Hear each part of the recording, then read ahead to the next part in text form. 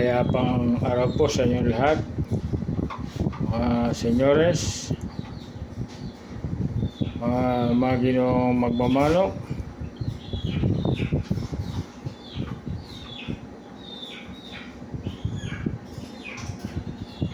Sa loob ng isang kisap mata, maaaring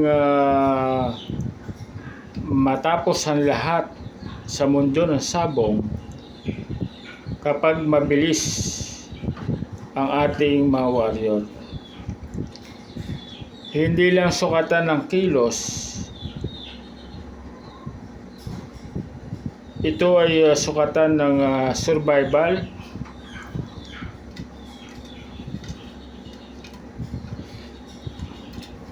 natanong mo na ba kung gaano nga ba kabilis pumatay ang totoong warrior?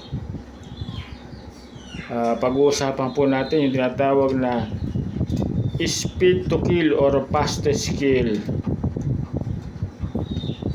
at kung bakit merong mga manok na merong mga warrior na napakabilis tumapos ng laban. Kaya nilang tapusin ang laban sa loob lamang ng ilang segundo. Ang bilis ng pagpalo o pagtira ay hindi lang nakadepende sa paglipad. Ito ay nakadepende sa tinatawag na snap ng kanilang mga binti at bilis ng kanilang reaksyon.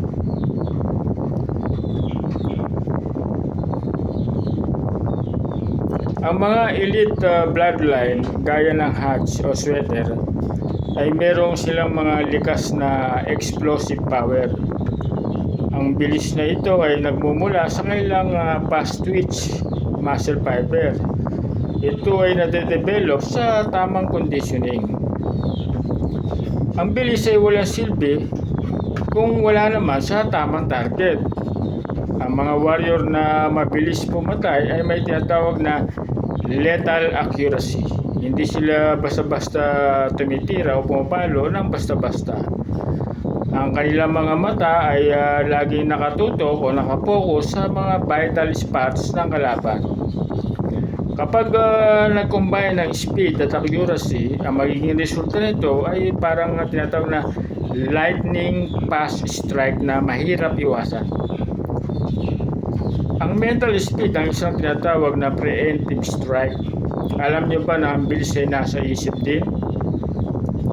Ang manok na mabilis pumatay ay kadalasang preemptive. Ibig sabihin, nababasa na nila ang galaw ng kalaban bago pa man ito magsimula. Ito ang resulta ng tinatawag na matinding mental conditioning exposure. Ang bilis ng pagtira ng isang warrior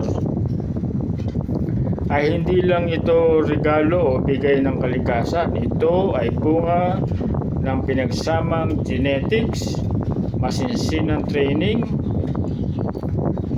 at ang tiwala na pinunla natin sa kanila mula noong sila ay sisiw pa lamang. Ang isang tunay na warrior ay hindi lang basta mabilis. Siya may purpose sa bawat tira o pagpalo na ginagawa niya. Hanggang dito lang po, mga ginong magmamanok, mga senyores. Huwag niyo pong kalilimutang mag-like, mag-share, mag-comment at mag-subscribe.